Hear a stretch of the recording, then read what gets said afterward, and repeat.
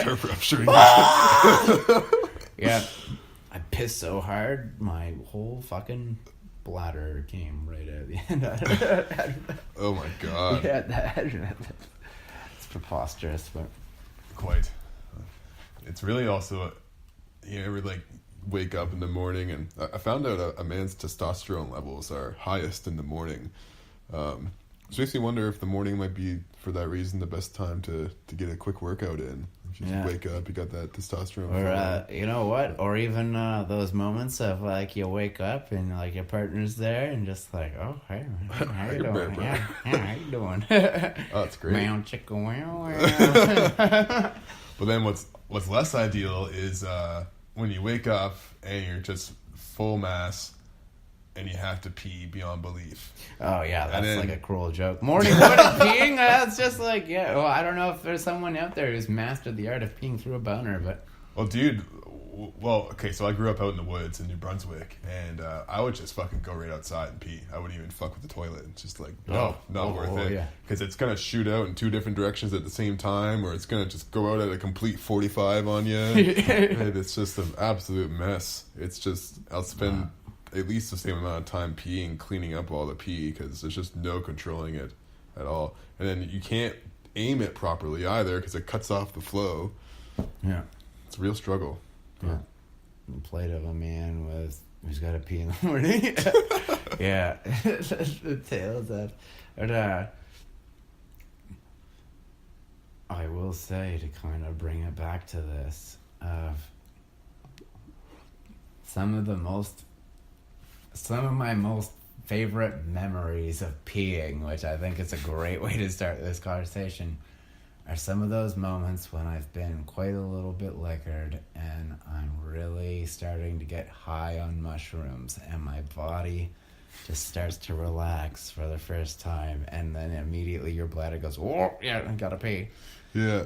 And just like standing there peeing and just starting to grin for no particular reason whatsoever, and just like just kind of being like super excited to pee.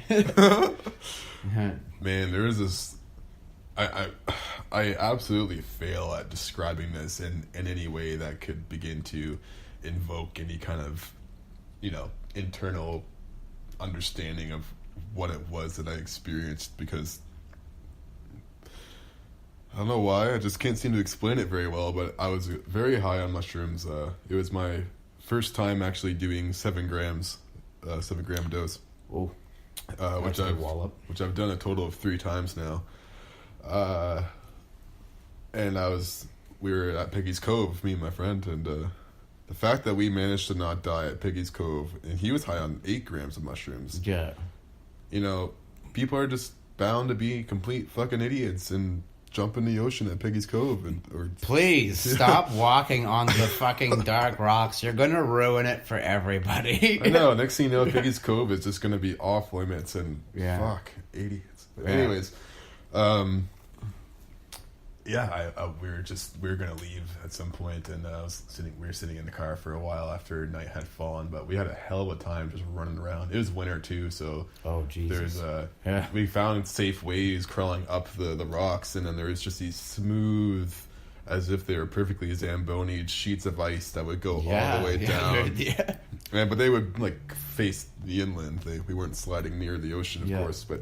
And oh my god, it was so much fun. It was like a crazy winter playground, sliding down those huge rocks. But anyway, so I finally had to pee, and I got out of the car, and I took my ding dong out of my pants, and it absolutely shocked me. I just completely forgot about having a penis somehow, and seeing it, it looked like this weird little boneless finger just sticking out of my groin. And I was like, what? Whoa. I was absolutely fucking, I was like a baby who found his penis for the first time or something. Yeah. And just could not comprehend what I was looking at. And then pee starts shooting out of the thing. It's just like, bah!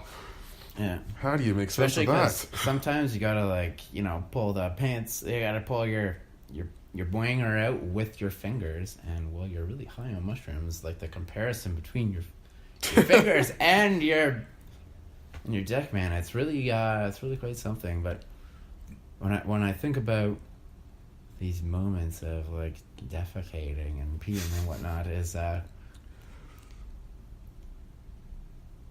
do like to, while I'm like very high on mushrooms, like kind of like screw with people to make them question the rules, to make them look at various things maybe in a new light of like, hey, that turns out like that thing this guy's making fun of is very ridiculous and let's question it. But I was in the Agricola Street liquor store. It was a hot summer afternoon and we were drinking in a friend's backyard and we ran out of beer.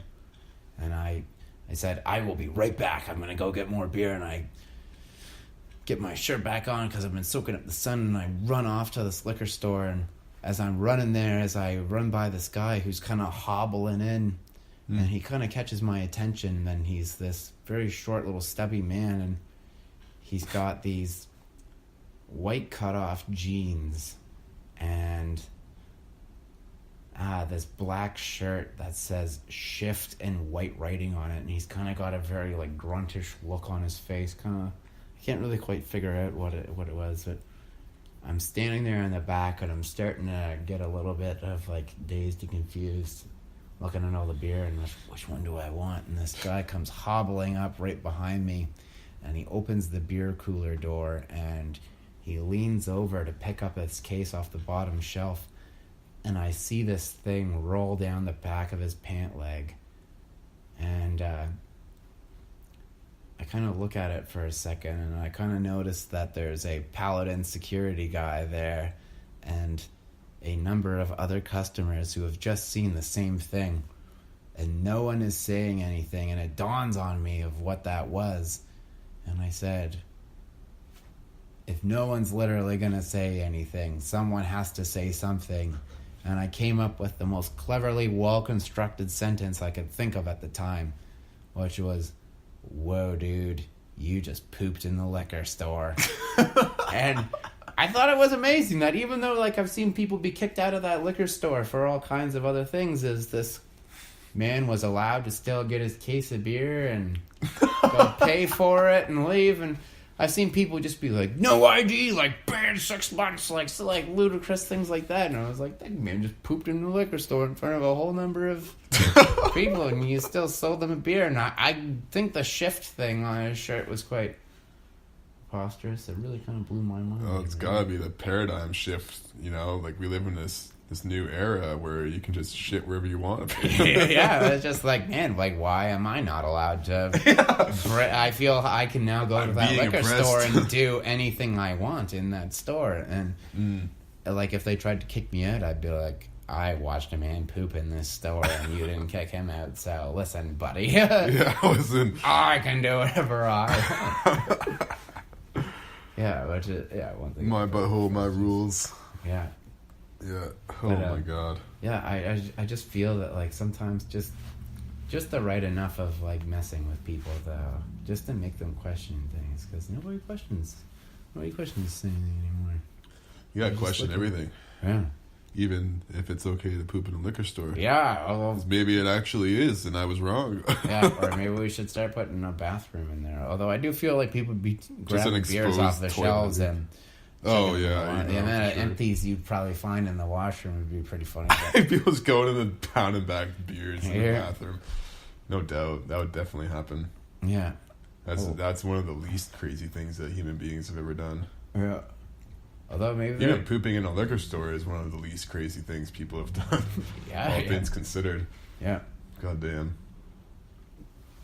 Yeah, but respectively, at that moment, to me, that was pretty day changing. No, yeah. It definitely fucking shakes things up when someone pulls that move out of their ass. I feel like I should, because before we took a little pee break, I was about to tell a little anecdote about this man I worked with. Yeah. At a temp agency. We were doing demolition work together, and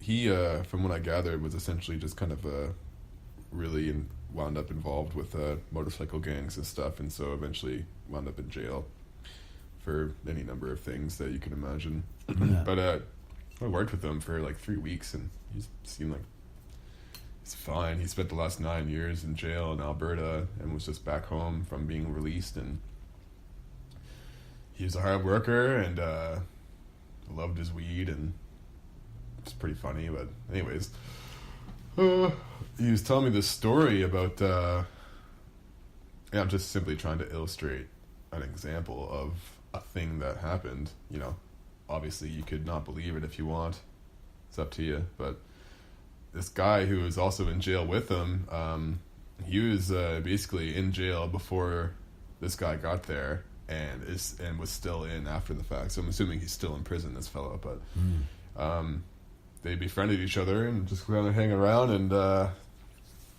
it seemed like there was almost a kind of etiquette involved with not prying too much about why so and so was in there. And but eventually, after becoming close, you know, he's just, so what the hell did you do anyways, man? Like, what are you in here for? You seem like an all right guy. And but not that, you know, like I'm sure you could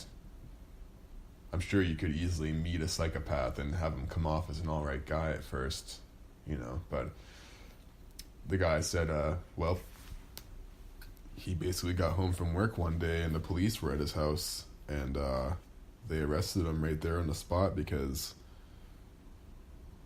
his wife had called the cops on him and said that he was beating her and had raped her multiple times and did all this shit. Yeah. And none of it was true according to this guy. And the courts backed the woman like they would, and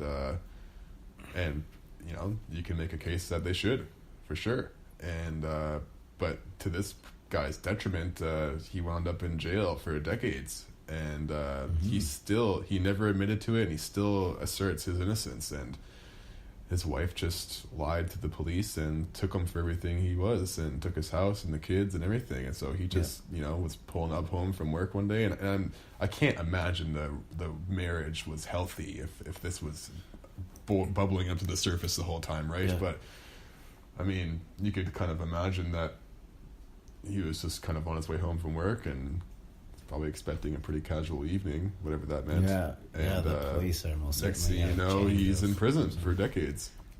Yeah. And that is a thing that happens too. And what do you do about that? I mean, fuck. It's just, I guess the main. So what's the point I'm trying to make? Yeah. I guess it's I'm looking. You gotta seriously take all these things as case by case instances with different individual unique human beings every time.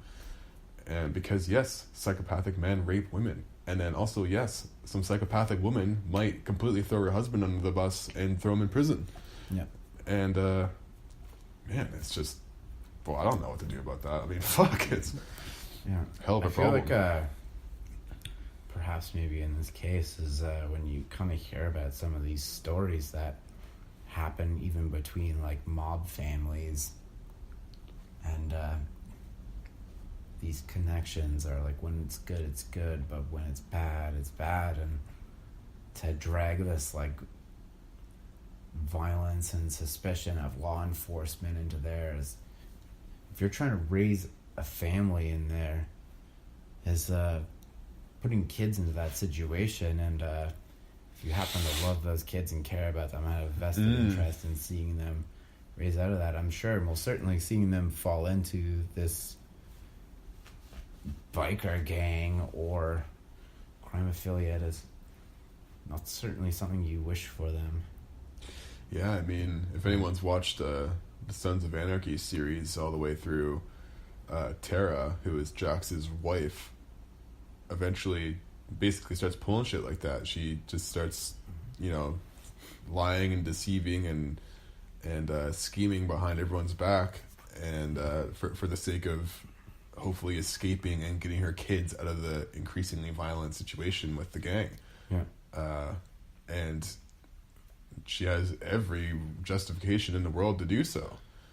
And then what's so interesting for me about that show in particular is that pretty much every character in the show has all the justification in the world, essentially, for everything that they do.